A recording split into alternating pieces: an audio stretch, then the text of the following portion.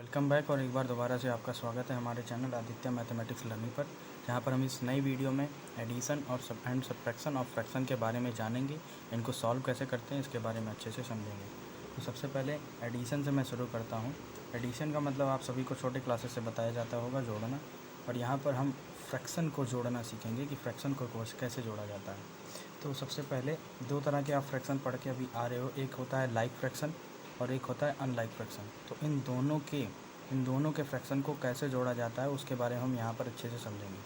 तो सबसे पहले इसको समझने के लिए मैं एक एग्जांपल लेना चाहूँगा लाइक फ्रैक्शन का। जैसे कि लाइक फ्रैक्शन के रूप में मैं एक लेता हूँ एग्जांपल, जिसमें लाइक फ्रैक्शन का मतलब जिसमें डिनोमिनेटर मुझे इक्वल लेना है। तो मैं एक एग्जांपल ले लेता हूँ जो कि है, मान लीजिए मेरे पास 1/2 और यहाँ पर है मेरे पास 3/2। तो जब आपके पास लाइक फ्रैक्शन गिवन हो और उसको आपको ऐड करना हो तो इसका एडिशन बहुत ही सिंपल होता है। इसमें आपको कुछ नहीं करना होता, केवल न्यूमरेटर को जोड़ देना होता है। जैसे यहाँ पर इस फ्रैक्शन का न्यूमरेटर 1 है, इस फ्रैक्शन का न्यूमरेटर 3 है। इन दोनों को आप ऐड करेंगे तो 1 + 3 = आएगा 4। और डिनोमिनेटर को हम सेम रहने देते हैं, इसमें कोई चेंज नहीं होता। अब यहाँ पर डिनोमिनेटर को क्यों चेंज नहीं करते इसके बारे में भी मैं बताऊँगा। जैसे कि मान लीजिए 1/2 और प्लस 1/2 को जब आप जोड़ेंगे तो आप सभी को ये पता होगा ये 1/2 आता है, या आप कह सकते हैं 1 आता है। क्यों आता है ऐसा? क्योंकि इसको आप जानते होंगे, इसको हम हाफ़ कहते हैं, इसको भी हाफ़ कहते हैं। हाफ़ का मतलब आधा, आधा और आधा और आधा जुड़ेगा तो क्या आएगा? 1 आएगा। अब इसको हम फिगर के थ्रू तरीके से समझते हैं तो हमें समझ में आ जाएगा कि डिनोमिनेटर को क्यों चेंज नहीं करते। जैसे कि 1/2 का अगर आप फिगर बनाएंगे तो 1/2 का मतलब आपको एक सर्कल लेना है या कोई स्क्वायर लेना है, उसको 2 इक्वल पार्ट्स में बांटना है, उसको केवल एक हिस्सा आपको मिले। तो ये हो गया 1/2 का फ्रैक्शन। सेम अगर हम दूसरा सर्कल लेते हैं इसी साइज का और इसको भी उसी रिस्पेक्ट में आधा आधा बांटते हैं, उसका आधा हिस्सा लेते हैं। अब जब आप इन दोनों सर्कल को एक दूसरे के ऊपर ओवरलैप कराएंगे तो ये आप पाएंगे कि ये दोनों पूरी तरीके से ओवरलैप होकर इस पूरे सर्कल को ढक लेंगे, यानी कि हमें 1 मिलेगा।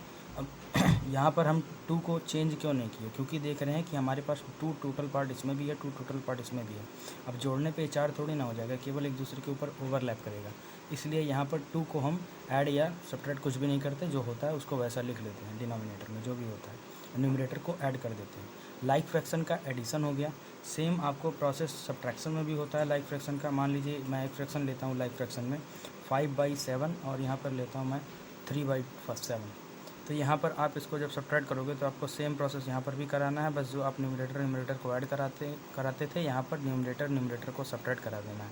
तो 5 में से आप 3 घटाएंगे 2 आएगा और सेम डिनोमिनेटर को वही रहने देना, इसमें चेंज नहीं करना है। तो लाइक फ्रैक्शन का आप एडिशन देख रहे हैं, बहुत ही ज़्यादा ईजी, और ये पिछली क्लास में आपको कई बार बताया गया होगा। यहाँ पर आपको केवल इसी तरीके के फ्रैक्शन मिलते होंगे जिसमें डिनोमिनेटर इक्वल होता होगा, और ये आप सभी आज जानते ही होंगे कि ये लाइक फ्रैक्शन है। इसके बारे में मैंने पिछली वीडियो में डिस्कस किया।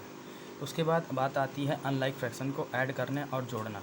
तो इसमें सबको दिक्कत होती है, लेकिन इसका बहुत ही ईजी प्रोसेस होता है। ये आपको इस क्लास में बताया जाएगा और पिछली क्लास में भी आपको बताया गया होगा, लेकिन उतने टिपिकल क्वेश्चन नहीं मिलेंगे होंगे जो इस क्लास में मिलेंगे। इस क्लास में आपको और उस पर प्रैक्टिस करनी होगी। तो जैसे कि मैं 2 अनलाइक फ्रैक्शन ले लेता हूँ। जैसे कि मेरे पास हो गया यहाँ से एक, मैं ये वाला फ्रैक्शन ले लेता हूँ, एक ये वाला फ्रैक्शन ले लेता हूँ। दोनों आपस में एक दूसरे के रिस्पेक्ट में अनलाइक होंगे, क्योंकि इसका डिनोमिनेटर 2 है और इसका डिनोमिनेटर 7 है। तो आप जब इन दोनों को जोड़ेंगे तो जोड़ने के लिए देखेंगे, सबसे पहले किसी भी फ्रैक्शन को जोड़ने से पहले आप चेक करिए लाइक है कि अनलाइक है। लाइक है तो नॉर्मली न्यूमरेटर को जोड़ दीजिए। अब डिनोमिनेटर सेम नहीं है, इसका मतलब अनलाइक है। अनलाइक के रिस्पेक्ट में क्या करते हैं? 2 तरीका है हमारे पास। एक तरीका होता है एलसीएम मेथड से हम करते हैं, और एक होता है क्रॉस मल्टीप्लिकेशन मेथड से। एलसीएम मेथड से आपको पिछली क्लास में बताया गया होगा, और इस क्लास में हम एक नए मेथड के बारे में सीखेंगे, क्रॉस मल्टीप्लिकेशन। तो सबसे पहले एलसीएम मेथड के बारे में मैं बता देता हूँ, आपका रिवाइज हो जाएगा पिछली क्लास वाला। तो एलसीएम में क्या करते हैं, हमारा क्या यहाँ पर दिक्कत है, हमारा डिनोमिनेटर इक्वल नहीं है। तो हम बस डिनोमिनेटर को अगर इक्वल करा ले जाएँ तो हम न्यूमरेटर को आसानी से जोड़ सकते हैं। तो बस हमारा एक यही एम होता है कि किसी तरीके से डिनोमिनेटर को इक्वल करा दें। तो उसके लिए हम सबसे पहला तरीका लेते हैं एलसीएम। हम दोनों डिनोमिनेटर के नंबर का अलग अलग एलसीएम निकाल लेते हैं। तो यहाँ पर हम एलसीएम निकालेंगे, तो एलसीएम निकालने का तरीका ये होता है कि आप कोई सा भी एक नंबर सपोज़ करिए जो इन दोनों में से किसी एक को डिवाइड कर दे। तो यहाँ पर मैंने सबसे छोटा नंबर लिया 2, जो 2 इसको कम्प्लीटली डिवाइड कर देगा। फिर यहाँ मैंने लिया 7। अब यहाँ पर 7 जब डिवाइड नहीं होगा तो आप इसको ऐसे का ऐसे उतार देंगे, इसको डिवाइड नहीं कराएंगे, क्योंकि 2 इसको डिवाइड नहीं करेगा। अब 2 कम्प्लीटली डिविजिबल हो गया, 1 आ गया इसकी जगह पे। जब 1 आएगा तो हम इसको छोड़ देंगे, इसको ऐसे का ऐसे उतार लेंगे और 7 से अगली बार डिवाइड कराएंगे, यहाँ पर भी 1 आ जाएगा। अब आप इसका एलसीएम निकालेंगे तो एलसीएम में जिन जिन नंबर से आप मल्टीप्लाई किए होते हैं उन दोनों को आपस में मल्टीप्लाई कराना होता है। 2 हैं तो 2 मल्टीप्लाई, जितने भी होंगे उनको मल्टीप्लाई कराना होगा। तो 2 7 आप यहाँ पर एलसीएम देख रहे हैं 14 आ गया। अब ये जो 14 आया यही आपका डिनोमिनेटर होना चाहिए यहाँ पर, ठीक है। 2 है 7 है, हमको इन दोनों के दोनों डिनोमिनेटर को इस 14 के इक्वल कराना है। तो एलसीएम मेथड में बस यही होता है। अब आपको 2 को 14 के इक्वल कराना है तो आप इसमें 7 से मल्टीप्लाई करा दो। जब डिनोमिनेटर में कराओगे तो न्यूमरेटर में भी करा दो। सेम अगले फ्रैक्शन के सभी साथ होगा। यहाँ पर 7 को 14 बनाना है तो यहाँ पर भी 2 से मल्टीप्लाई करा दो, यहाँ पर भी 2 से मल्टीप्लाई करा दो। फिर यहाँ देखेंगे 1 7 जा हो जाएगा 7, 7 2 जा हो जाएगा 14, यहाँ प्लस लगेगा 5 2 जा हो जाएगा 10, 7 2 जा हो जाएगा 14। अब आप यहाँ देख रहे हैं मेरा डिनोमिनेटर जो है वो इक्वल हो गया, यानी कि मैंने अनलाइक को लाइक फ्रैक्शन में बदल दिया। अब बदल करके हम डायरेक्टली न्यूमरेटर को न्यूमरेटर से जोड़ देंगे और डिनोमिनेटर को ऐसे उतार लेंगे। तो 10 और 7 हो जाएगा 17, 17/14।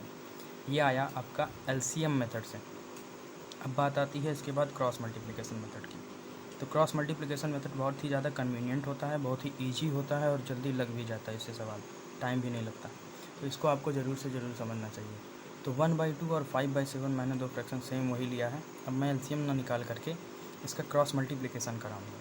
तो क्रॉस मल्टीप्लिकेशन के बारे में भी मैंने पिछली वीडियो में डिस्कस किया है, यहाँ पर आप इसको दोबारा से समझ सकते हैं। तो क्रॉस मल्टीप्लिकेशन नाम में ही है क्रॉस, तो आपको कुछ नहीं कराना, तिरछा तिरछा आपको गुणा कराना है, क्रॉस क्रॉस मल्टीप्लाई कराना है। तो सबसे पहले आप इसका इसमें मल्टीप्लाई कराएंगे तो 7 1 जा हो जाएगा क्या 7। उसके बाद प्लस लगा करके आप इसका इसमें मल्टीप्लाई कराइए तो 2 5 जा हो जाएगा 10। और उसके बाद डिनोमिनेटर का डिनोमिनेटर से मल्टीप्लाई करके इस होल के डिनोमिनेटर में लिख दीजिए, 2 7 जा हो जाएगा 14। और इसको आप जोड़ेंगे तो 10 7 17 और बाई 14 हो जाएगा। तो ये बहुत ही ज़्यादा कन्वीनियंट, बहुत ही ईजी होता है, टाइम कंज्यूमिंग होता है, टाइम इसमें कम लगता है। बात आती है सब्ट्रैक्शन की। सब्ट्रैक्शन में भी सेम केस है। देखिए यहाँ पर आपका यहाँ तक प्रोसेस सेम रहेगा, 7/14 और यहाँ पर 10/14, यहाँ तक प्रोसेस आपका सेम रहेगा। ये चीज़ आपको बनानी है। बस इसके बाद क्या कर देना है, इन दोनों के बीच में जो ऐड कर रहे थे आप इसको माइनस कर देना है। और माइनस करके 7 में से 10 घटाते हैं तो आपको इंटीजर चैप्टर में पढ़ाया गया होगा -3 आता है। 7 में से जब आप 10 घटाओगे, 7 है, 7 में से आप अगर 10 घटाओगे तो 7 में से 10 तो घटेगा नहीं, तो हम उल्टा घटाएंगे, 10 में से 7 3, लेकिन हम सिंबल बड़े वाले नंबर का रखेंगे -3। तो यहाँ -3 आ जाएगा और बाई 14 घटाने पर। और यहाँ पर क्रॉस मल्टीप्लिकेशन सेम वही प्रोसेस यहाँ पर भी है, 7 में से आप 10 घटा दोगे, यहाँ ऐड है वहाँ सब्ट्रैक्ट लगा दोगे, -3/14 कर दोगे। ये टोटल कॉन्सेप्ट था एडिशन और सब्ट्रैक्शन, अनलाइक और अनलाइक दोनों फ्रैक्शन का। मुझे आशा है कि आपको ये अच्छे से समझ में आया होगा। Thank you so much for watching my video.